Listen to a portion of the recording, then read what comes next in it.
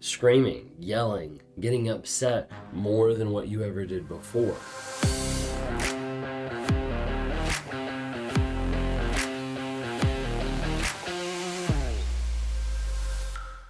Did you ever find yourself acting out of character when you're with this other person? Did you ever find yourself screaming, yelling, getting upset more than what you ever did before? Well, you might have been dealing with someone who is toxic, or you might have been dealing with a narcissist, sociopath, psychopath, whoever. And you might have been dealing with something called reactive abuse. If you're new here, my name is Ben Taylor. I'm a self-aware narcissist on this platform to provide awareness, growth, healing, and change. And the goal is to be able to help people understand what narcissism actually is, what it looks like, how it affects other people, how it destroys lives, how it destroys relationships and interactions at work, and countless different ways how it affects different people. Also to provide awareness, growth, healing, and change in the fact of growing other people, helping other people not just understand what it is, but then how do we grow from it? How do we break free from the trauma bond? How do we work through the rumination phase of always thinking about the narcissist? And how do we build healthy vision and values going forward so that we don't go back with a narcissist, or we don't get with a narcissist down the road? A lot of different things to be able to think about, but that's what we try to do. We do that by dropping nuggets of truth on all different platforms. So if you don't follow me on some of the other ones, then go to TikTok, Instagram, Facebook, YouTube, or if you're on the podcast, thanks so much for listening. We're on everything underneath Raw Motivation. So check us out there. Thanks so much. If you haven't had a chance, download the NARC app. We have a lot of people that have been downloading that and getting onto that. It's got courses, it's got way to track your no contact, way to ask advice from other survivors and people that are working through the same kind of stuff or that have been through the same stuff that you have. Be at a place for community, a place where we can all interact and try to help people grow, change, heal, develop, and continue to move forward. There's also weekly lives where you can actually come on screen, ask questions, share part of your story, interact with other survivors. And we also have monthly coaching where it's myself and other coaches from around the country that we bring in to be able to help encourage you of how are you going to continue that growth moving forward? How are you going to continue to develop yourself, not just in the narcissistic type of relationship or getting out of that abusive relationship, but moving forward? How are you going to develop yourself into your mindset, your intentionality, your aliveness of how you're going to bring the joy in your life down the road when it feels like it's impossible to see that now? And trying to show people a different future, a different idea of what's actually possible down the road. So check that out. It's under Google or Apple Store under NARC. NARC stands for Narcissistic Abuse Recovery Community, NARC. So check out and download the app today. I wanted to talk to you today about reactive abuse. Reactive abuse. So when you think of the word, think of reaction, okay? Reaction is the response to someone's action. A lot of times when we look at the word and we look at reactive abuse, it kind of feels like, it kind of feels like a little bad. Like I don't want to actually approach that or talk about that or deal with that, or that's not me. But when it comes down to it, everybody always looks at the reaction, right? Like they always see like, whoa, like that person just responded this way or they just reacted like this. But a lot of times we don't take a step back and look at the action that caused the reaction. This is what happens in narcissistic relationships where a person pushes another person to react, okay? It's a reaction to something that has already happened. A lot of times you're going to see this in toxic relationships of the other person poking and prodding and pushing in certain little areas. Sometimes those areas can be huge, sometimes those areas can be really small. Easiest example would be just with a little kid, not a narcissist. We're just giving an example with a little kid that like holds up their finger and says like, I'm not touching you. I'm not touching you. That's literally sometimes how annoying it might be for the narcissist coming at you saying, hey, this isn't happening. This isn't happening. And all of a sudden you're like, stop it.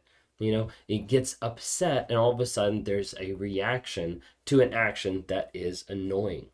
A couple ways that narcissists do this. One is the aspect of dog whistling. And dog whistling is where someone uses phrases and things that are said in private in a public setting to produce a reaction.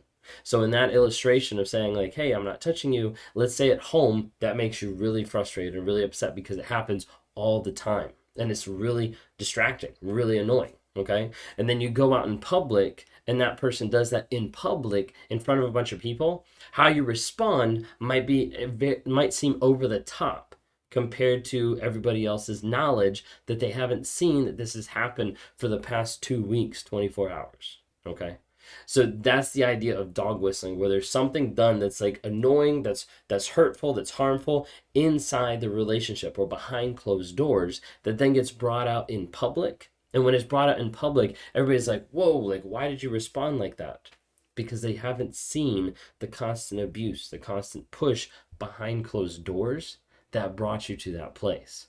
Again, going back to the word reaction. So always going off the idea of that reaction was caused by an action.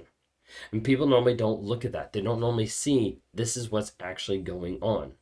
You might find yourself in the relationship reacting in ways that you've never thought you would act before. Whether that's, lying or yelling or screaming or throwing stuff or laying hands on someone, different things. You're like, this has never been me in all the relationships that I've been in before and all the family members that I've interacted with. This is not me. What the hell is going on? Well, the thing you have to understand and remember is you have to look at those past relationships and be like, wait a second, that's actually true. This hasn't happened before. Maybe I'm not the crazy person. Maybe I'm getting put in a situation that's making me react that way.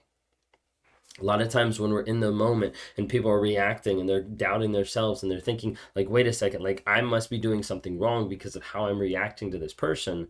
They don't tend to look at the past and be like, wait a second, I've never acted this way before. I've never reacted in this type of, aggressive or violent way or whatever it might be. And when they take a look at that, they're like, wait a second, like this actually makes sense. This is not who I am. I'm reacting to the abuse that I'm being put on. Oftentimes you have the narcissist that will focus on one thing in private to make you react. And that's not to go out in public and make you react, but to get an actual reaction out of you.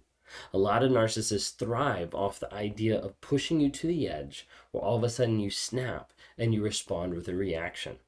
You've seen this a lot of times in arguments where there's a giant argument happening or where there's a really frustrating topic that keeps accelerating, and all of a sudden you snap and you start yelling back at the narcissist.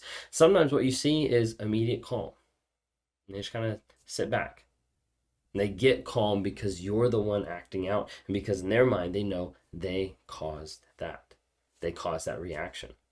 Sometimes at that point, that's when you'll see them pull out their phone. They'll start recording you.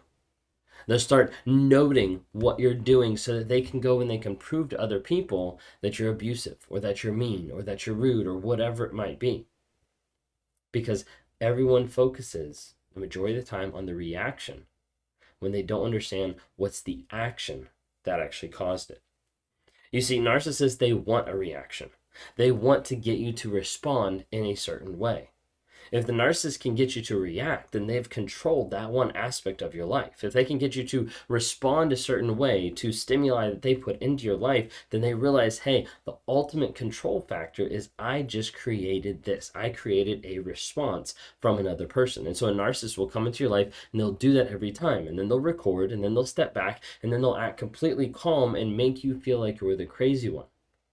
Then when you doubt yourself, they'll forgive you, or they'll say like, okay, like we'll just have to work on this later. Can't believe you did that. They'll stonewall you, like countless different things, but they'll do it to make you feel like you're the crazy one for reacting that way, when it was their fault for getting you to the place of that reaction.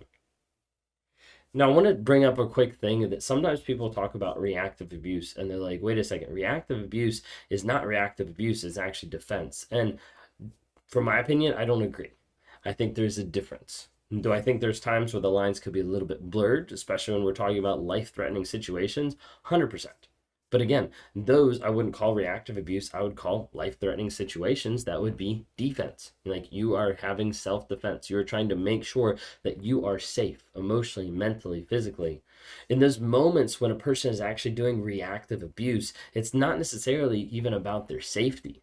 Picture the person who's, not touching you, countless, like just annoying and like kind of pushing all the time to get a reaction.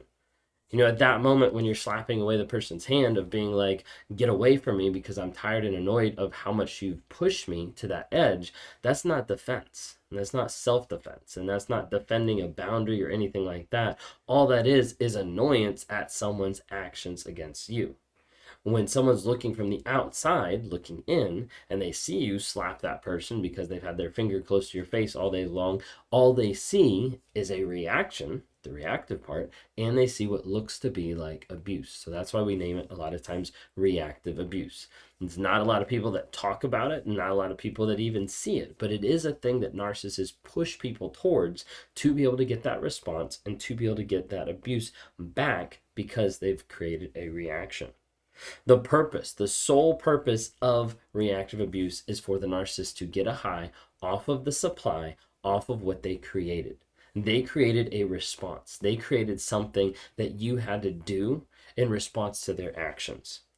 Because I want you to think about this. When it comes down to it, if a narcissist, if I can actually make you react, if I can get you to get out of the norm of what you do, how you normally interact, anything like that, if I can make you react, then I can control you. And a lot of times people don't realize that, and they play right into the narcissist's hand. But think about that nice and clear. If I can get you to react, then I can control you.